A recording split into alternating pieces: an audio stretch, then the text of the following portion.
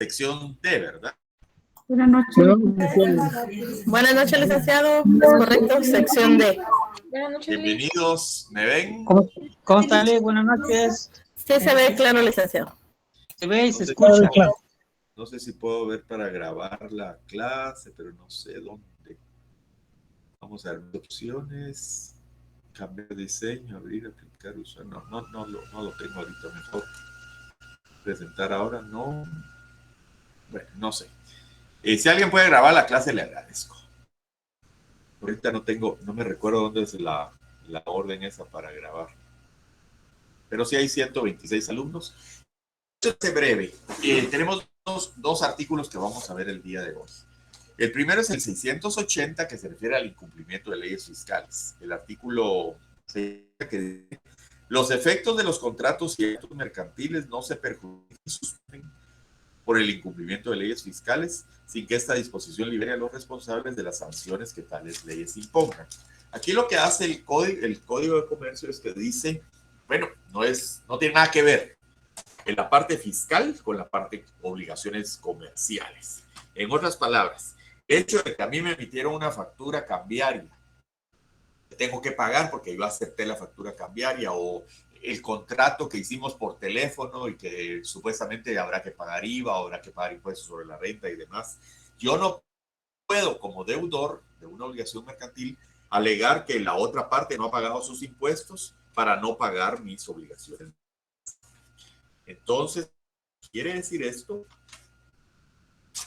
es que no me puedo pretextar, yo no puedo pretextar o no puedo negarme a mi parte alegando que la otra parte no ha pagado sus compromisos tributarios. O que si la otra parte no ha pagado sus compromisos tributarios, será una relación entre la administración tributaria y el proveedor, el vendedor o el comprador, el que tengan que respetar esa situación. Pero eso no justifica que el obligado mercantilmente, pretextando que no hay pago de impuestos, se va a negar a pagar sus obligaciones. Por ejemplo, la diaria o el contrato de suministro o los daños y juicios por no haber entregado la mercadería que tenía que entregar en tiempo, o el producto o servicio que tenía que entregar, o el pago de la mercadería o servicio o producto que ya le entregaron, no lo va a negar porque no se han cumplido las obligaciones tales de la otra parte. Los actos jurídicos, sobre todo los que se refieren al tráfico patrimonial, están sujetos a cargas impositivas en favor del Estado. Eso lo dice el doctor Villegas Lara en la página 35 de la sexta edición, 2.5. Por ejemplo, sería el IVA, si una factura IVA o timbres o impuestos sobre la renta, ¿verdad? El hecho de que los sujetos contratantes fueran omisos en la tributación fiscal puede ocasionar que esos carezcan de eficacia. Sin embargo, como el tráfico mercantil puede verse afectado en la buena fe comercial, cuando los sujetos omiten tributar con respecto a sus contratos y obligaciones, la ley establece que es la ineficacia de los actos y obligaciones, como tampoco lo libera de pagar los impuestos omitidos. O sea, pero lo que sí dice es que son dos ámbitos distintos. Una situación como deudor mercantil o como proveedor mercantil, o los daños y perjuicios que usted causó por no haber entregado en tiempo o por no haber pagado en tiempo, y eso lo tiene que resolver en partes comerciales. Y la parte tributaria, cada quien tiene que arreglarse si incumplió sus obligaciones fiscales. En estos casos, además de pagar la carga tributaria, se responderá de las multas que se imponen como consecuencia de las disposiciones del derecho tributario. Esto no quiere decir que no voy a pagar impuestos. Lo que quiere decir es que no voy a pretextar que no se han cumplido en el contrato los impuestos para no pagar. Es que no voy a pagar la deuda porque ahí no pagamos impuestos, o no se pagó impuestos, o no está el IVA, o no está. Eso es un tema que es entre la administración tributaria y el deudor o el acreedor. Pero yo no puedo, tengo que admitir además personas, yo no puedo pretextar eso para decir que entonces no cumplo con mis obligaciones tributarias. Ese es no merece mayor explicación. El otro punto, el 2.6 de la libertad de contratación, sí merece un poquito más de explicación. ¿Qué dice el artículo de 681 del Código de Comercio? Libertad de contratación es un artículo cortito, pero da lugar a mucha explicación. Nadie puede ser obligado a contratar, sino cuando el rehusarse es un acto ilícito o un abuso de derecho. ¿Qué nos dice el Código Civil en cuanto a los contratos? Pues primero dice que los contratos tienen que ser libres. Obviamente yo tengo libertad de contratar o de no contratar. Ese es el principio civil. Por ejemplo, en el artículo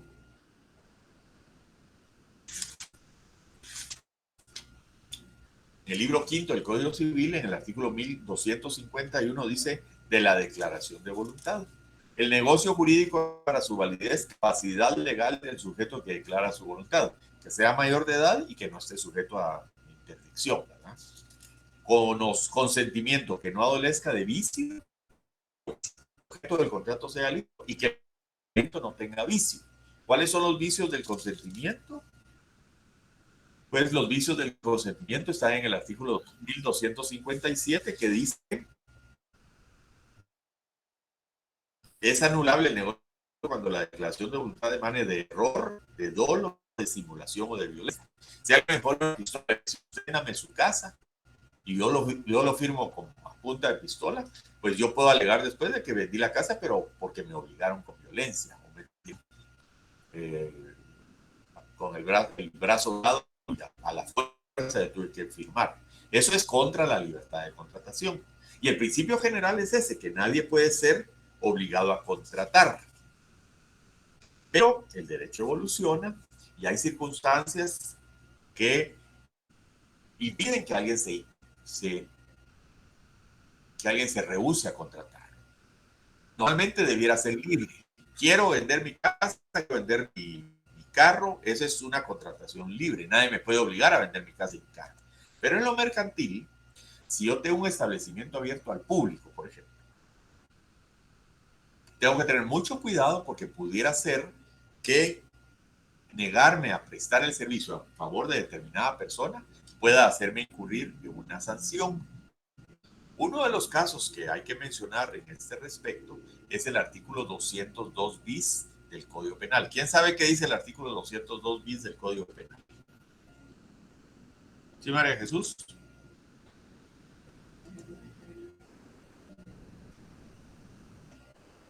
¿Quién sabe qué dice el artículo 202 bis del Código Penal? Buenas noches, licenciado. Sí, bye. 200 bis, ¿verdad? Sí. Sí, dice discriminación.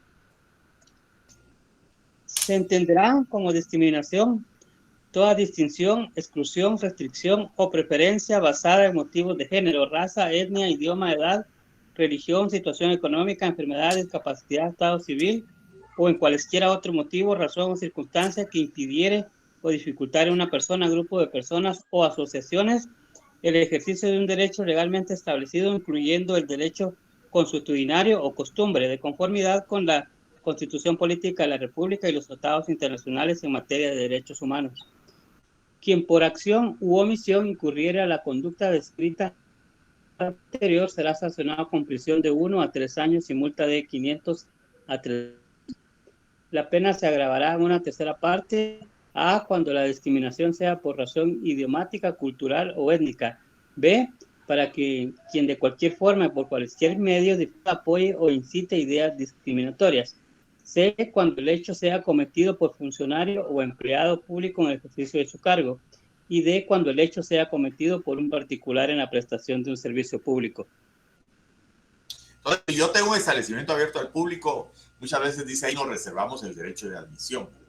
A lo mejor esa reserva del derecho de admisión va en contra del principio de que soy libre para contratar, no tengo por qué celebrar un contrato con el que yo no esté de acuerdo, pero no puedo negarme o hacer acciones u omisiones que puedan tipificarse como delito de discriminación.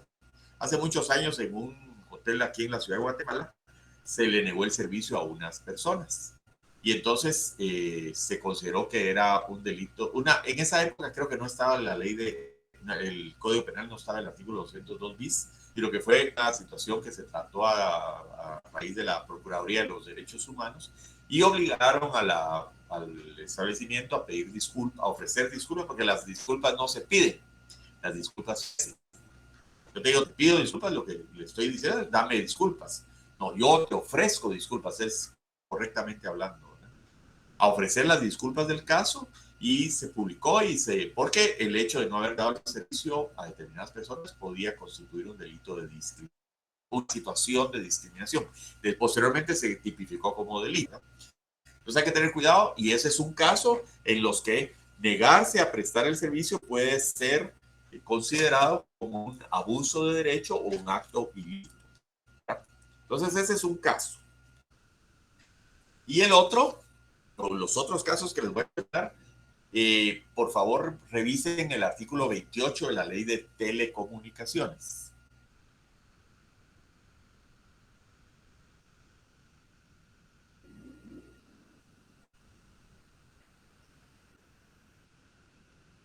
Claro.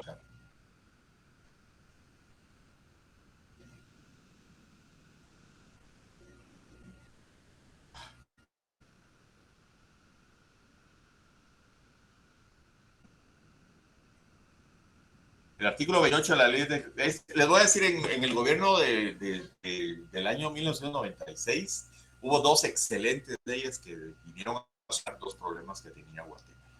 Una es la Ley General de Electricidad y otra es la Ley de Telecomunicaciones.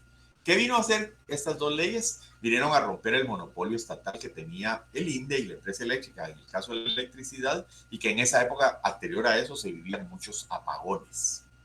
No había suficiente electricidad para la demanda, había crecido la demanda y la oferta eléctrica todavía no había crecido. Y entonces, con esta ley lo que se dijo es que toda persona, si ustedes leen la ley, se las voy a subir a la página, pero la Ley General de Electricidad es el decreto 93-96. Son leyes modernas y adecuadas a las necesidades del país. 93-96. En donde, ¿y cuál era el considerando? Que la oferta de energía no satisface las necesidades de la mayor parte de la población guatemalteca, que no son proporcionales a los requerimientos de una mayor oferta con relación con creciente demanda, y que la deficiencia de dichos sectores es un obstáculo para el desarrollo integral del país, por lo que es necesario aumentar la producción, transmisión y distribución de dicha energía mediante la liberalización del sector. Entonces, lo que hicieron es que entren más competidoras personas a proveer el servicio de electricidad y también el servicio de telecomunicaciones. Algunos no estarán de acuerdo, pero yo les quisiera contar que cuando yo era patojo, cuando puse mi primera oficina, creo que tuve que pagar 3,000 o 5,000 quetzales, que eran dólares, por la línea telefónica para mi oficina. Me vendieron una línea que estaba en la zona 3 y me la jalé yo para la zona 4. Comprando la línea, eran expedidas por una entidad estatal que se llamaba Guatel. En esa época. Entonces no había suficientes teléfonos. Hoy es una maravilla y uno lo ve, y yo voy a una tienda y digo quiero un celular y por 200 quetzales salgo con un teléfono con 300 quetzales de tiempo de aire. Y eso a uno le parece maravilloso, porque en mi época, si alguien vivía en zona 11, zona 12, por ahí, solo había una tienda donde había teléfono y uno tenía que llamar a la tienda para que mandaran a llamar a la persona con la que uno quería hablar, o esa persona tenía que ir a la tienda, o se hacían citas por radio. Se le avisa a tal persona que a la tal hora le va a llegar el producto, ¿verdad? José Nelson, ¿qué dice? Buenas noches, licenciado. Como se dijo, anécdotas. En esos tiempos también estaban las cabinas de Guatel. Uno iba directamente a Guatel a solicitar una llamada para comunicarse a un número fijo. ¿Cómo era el sonido de la llamada? El sonido de la llamada. No, o sea, lo que pasa es que uno lo llamaba y le decía, por decirlo Pasa así, a la cabina 3, tiene llamada. Por favor, pase a la cabina, ¿verdad?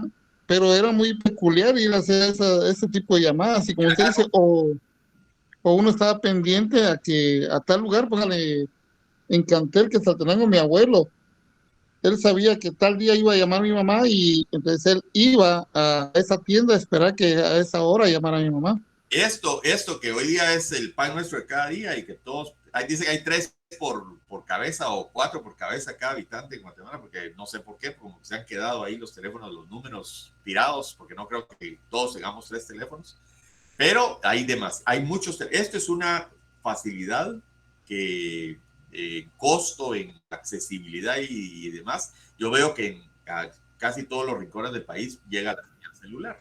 Y eso que algunos critican porque dicen que no, que se privatizó la electricidad y se privatizó las telecomunicaciones. Los que vivimos la época en que no había, la electricidad más cara es la que no hay y el teléfono más caro es el que no hay. Yo recuerdo que las llamadas, inclusive a nivel urbano, el sonido era charleadito, era mal sonido. Por eso le decía a José Nelson cómo era el sonido, porque no se escuchaba con la claridad que se escucha ahora, ¿verdad? Por supuesto no había internet, no había esos otros servicios, ¿verdad? Pero a lo que voy es que esas dos leyes tienen limitaciones al principio de libertad de contratación, en el sentido de que no se puede negar el servicio si yo tengo alguna parte del servicio que es esencial. Y una parte esencial es la transmisión de voz o de datos, el traslado de un punto A a un punto B, una red, empresa de telecomunicaciones. Yo tengo una red en donde yo recibo llamadas, las traslado a otro punto y llegan a los usuarios y de la competencia. Y entonces yo no puedo, conforme a la ley, voy a comenzar con la Ley General de Electricidad, que es la que yo tengo aquí. Hay varios artículos, pero el más claro es el artículo 66 de la Ley General de Electricidad. Es el decreto, como les digo, 93-96. Y dice: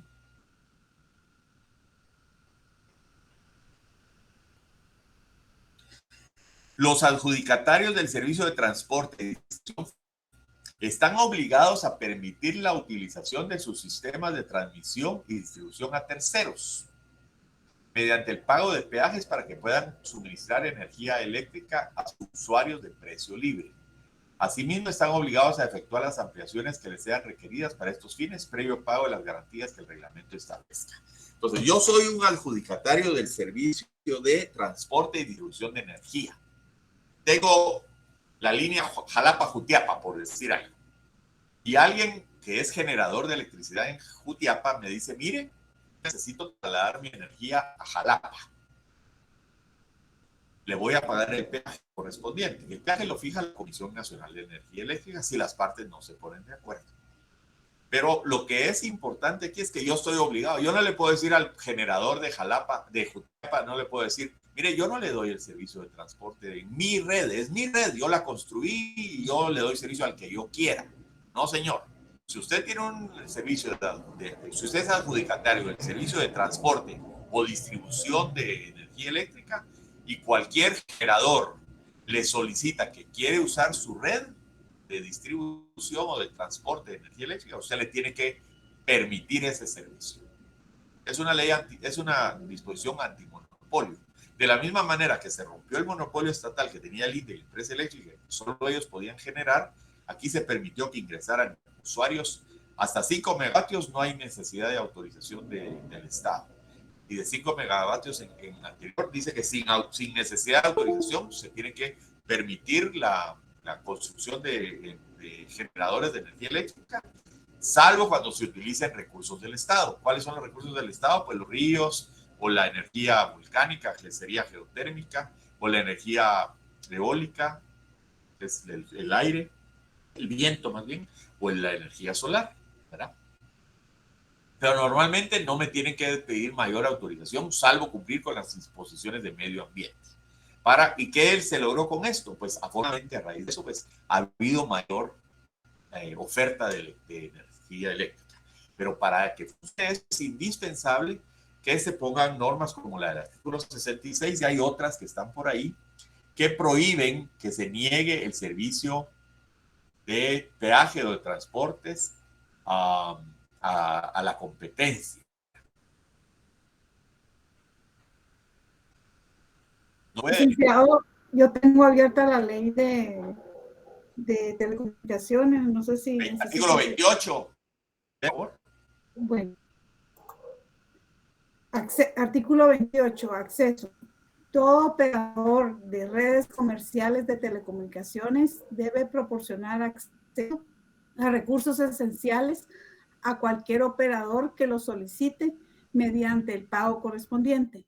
El acceso deberá otorgarse con la calidad y en los nodos los modos solicitados siempre y cuando sea técnicamente factible. Cuando un operador solicite el acceso a un recurso esencial, tendrá derecho a condiciones contractuales similares a las que el operador que otorgue dicho recurso mantenga vigentes con otros operadores en similares circunstancias.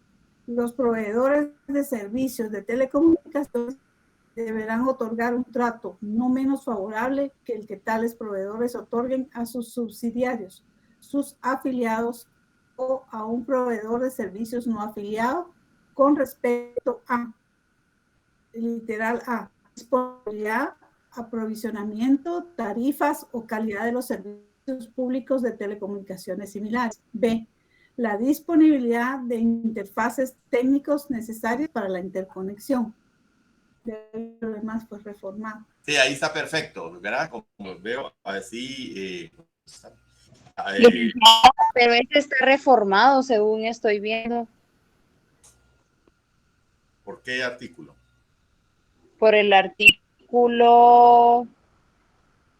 Permítame, déme un segundo, aquí me aparece. Del decreto 115-97 del Congreso de la República. Sí, pero básicamente lo que está, yo no puedo como dueño de un servicio esencial, yo tengo una red, yo tengo una torre, yo tengo una, digamos, yo soy Claro, yo le podría decir, los clientes de Tigo no pasan por mi red, no pueden hacer llamadas a los clientes de Claro, yo solo voy a recibir llamadas de teléfonos de Claro para Claro, o de Tigo para Tigo.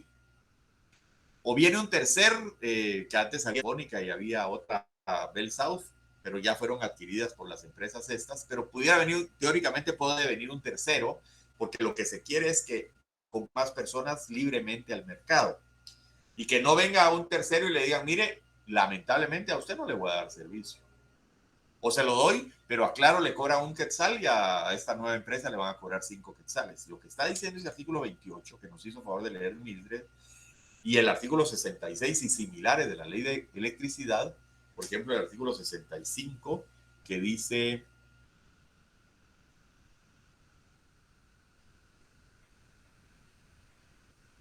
el artículo 65 de la Ley General de Electricidad dice, por ejemplo, ¿se lee la licencia? si todos los generadores e importadores de energía eléctrica conectados al sistema eléctrico nacional pagarían peaje por el uso del sistema principal por kilovatio de potencia firme conectada. En los sistemas secundarios, los peajes se pagan de acuerdo con los usos específicos que los generadores hagan de estos sistemas. Es obligación de los generadores interconectados al sistema eléctrico nacional construir las instalaciones de transmisión para llevar su energía al sistema principal o bien efectuar los pagos de peajes por secundarios para tal finalidad. Hay un montón de disposiciones que van encaminadas a que no haya que hacer dos redes. Y no nos llenaría. Miren cómo estamos de alambres en el país, ¿verdad? Pero imagínense que cada generador tuviera que hacer una red desde Puerto de San José para llevar energía eléctrica a la ciudad de Guatemala, o a Quetzaltenango, Tiapa, lo que hay es una sola red y hay obligación de los dueños de las redes, de los servicios esenciales, a conectar a sus competencias. Al mismo precio, como dice ahí, le tienen que dar la cláusula de empresa más favorecida. En lo internacional se habla de la cláusula de nación más favorecida. Si yo le doy un trato a un país, le tengo que dar el trato mismo a otro país. Aquí es cláusula de la competencia o de la empresa más favorecida. Si yo a Tigo le cobro, soy Claro, y le cobro un quetzal a Tigo por cada llamada que pasa por mí, o 5 centavos a cada llamada que pasa por mi red, de un llamando de Claro a un usuario de Tigo, y usan mi red, mi torre, mi espacio eléctrico, lo que fuera, mis instalaciones, yo tendría que darle le tengo que dar el mismo precio a cualquier otro competidor que venga. Eso se trata. Y eso es a lo que se la limitación a la libertad de contratación para eso.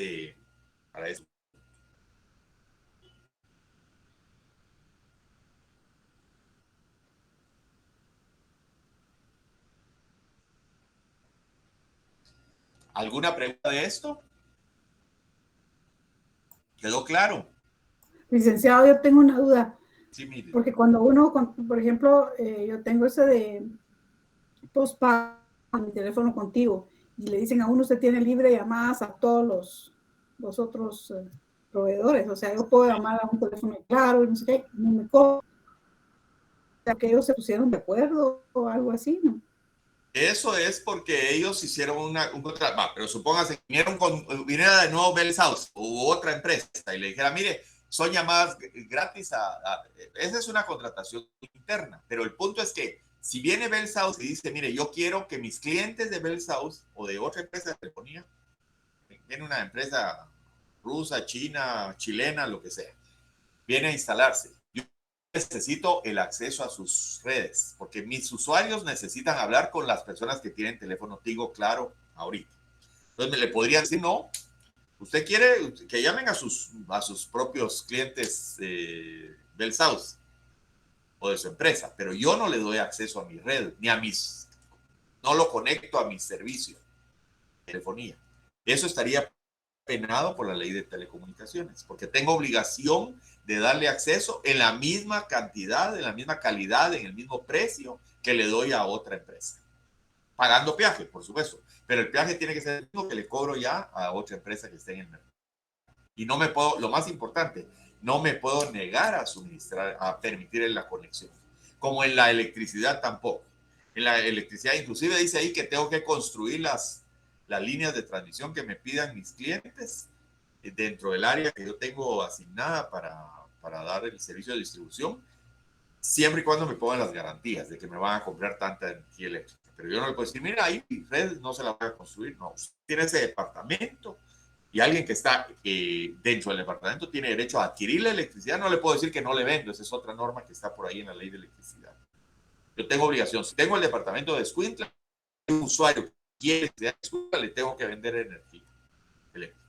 Y si hay uno que está en Santa Rosa y quiere usar la red de Escuintla, el usuario tiene que construir hasta el límite con Santa Rosa, entre Santa Rosa y Escuintla, y de ahí en adelante yo le tengo que permitir la transmisión de su... Le tengo que transportar su energía eléctrica y distribuirse, no distribuirla porque ese es otro negocio de distribución, el transporte, que me pague el peaje por cada megavatio que traslade, al mismo precio que le estoy cobrando más. Esas son las limitaciones a la libertad de contratación que establece el artículo. Realmente no las establece, sino le está diciendo, es libre la contratación, pero hay casos en donde no hay libertad. Al rato también voy a subir, para concluir, un caso de un pastelero famoso. Era un pastelero que tenía una empresa, Masterpiece Cakes, creo que se llama, en Colorado. Y viene y él ofrece sus servicios a los clientes. Y entonces le ofreció un pastel le fueron a contratar un pastel de bodas. Y entonces él dijo, bueno, pero ¿cómo es el pastel? Pues así, no, así no se los hago. Yo no hago pasteles para bodas de dos personas del mismo sexo. Le puedo hacer un pastel de cumpleaños si quiero, le puedo hacer otra cosa, pero pastel de bodas con dos personas del mismo sexo arriba, no se lo puedo hacer. Va contra mi religión. Entonces la Comisión de Derechos Civiles o Derechos Humanos de Colorado lo sancionó, apeló ante la Corte de Apelaciones de Colorado y le confirmaron la sanción, la multa. Entonces apeló todo el camino hasta la Corte Suprema de Estados Unidos y la Corte Suprema lo que dijo ahí es, hay que balancear. La forma en que la comisión lo sancionó es contrario, se nota cierta hostilidad a los principios religiosos de la persona. Él es un artista, digamos, hay una persona que es un pintor, le dice, mira, hágame un cuadro con esta escena violenta o de sexo, dice, mire, yo ese cuadro no lo puedo hacer, no va contra mi forma de ser, mi sentimiento artístico o mis creencias. No le puedo hacer ese cuadro, pero si se lo estoy pagando, sí, pero no le voy a hacer ese cuadro. Lo mismo sería con el pastel, es un artista que está haciendo su creación, ¿verdad? Vayan a otro o les hago sin la figura que ustedes quieren arriba, les hago el pastel. Pero no puedo conforme a mis creencias, a mis convicciones religiosas. Al final, la Corte Suprema, en un fallo bastante discutido, anuló la sentencia de la sanción que le había puesto a la Comisión de Derechos Civiles y que le había ratificado a la Corte de Apelaciones de Colorado, del Estado de Colorado, y la Corte Suprema de Estados Unidos dijo no, fue hostil la forma en que se trató el caso, no se tomó en cuenta la libertad religiosa o la libertad de creencias o lo que al señor Smith, me parece, le afectaba esa situación y él estaba en su derecho de decir, ese trabajo no lo puedo hacer porque contraviene mis creencias. Puede ser que hoy día ha cambiado también la legislación, puede hacer que esa sentencia de la Corte Suprema salga en una forma diferente, pero en ese momento salió así. Y entonces se los voy a compartir para que ustedes tengan el caso, porque es un caso en donde es interesante ver el tema de la discriminación o la libertad de contratación, como el de las telecomunicaciones y de la electricidad. ¿Alguna pregunta? Licenciado, usted decía de que no pueden haber dos líneas de transmisión eléctrica para evitar el enredo de tanto alambre en la ciudad, ¿verdad? No solo por eso, sino por costo. Imagínense, yo soy generador, yo no distribuyo ni transporto electricidad. Es alguien que tiene a su cargo esa concesión de trasladar la electricidad, ¿verdad? Entonces, me da al generador a que tenga que generar en hasta que Saltenango. Yo genero en el San José y uso la red central de distribución de energía eléctrica o de transporte eléctrica hasta que Saltenango, hasta el Petén, pagando los viajes respectivos para surtir a mis clientes que tengo en lugares distantes en el país. Pero, licenciado, en Quetzaltenango, específicamente en Cantel, donde yo lo vi y hasta la fecha existe, de que existe la energía eléctrica de la empresa municipal de Quetzaltenango. Sí, hay muchas municipalidades que tienen. Si ellos quisieran mandar energía que se las compran en Amatitlán, tendrían derecho a que al sistema de transporte de Cantel a Amatitlán, pagando los viajes y vender la energía en Amatitlán. Esa es la idea. No se puede negar el dueño de la línea de transmisión a decir a usted, Municipalidad de Cantel, no le traslado su energía para Amatitlán. Se la tiene que trasladar al mismo costo que le traslade al INDE o que le traslade a de Orsa, de Ox, etc. Ese es el caso.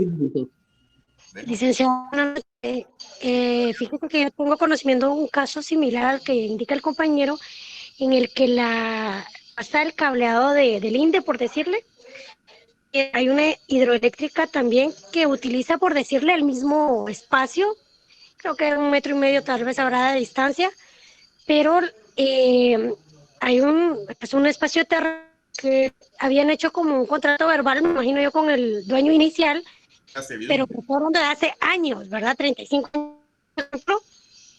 Y cuando el señor falleció, la hija pues empezó a demandar y a exigir pago retroactivo por esos 35 años a la hidroeléctrica, pero pues la verdad se ha alargado un poquito el proceso porque ella exige una cantidad exagerada.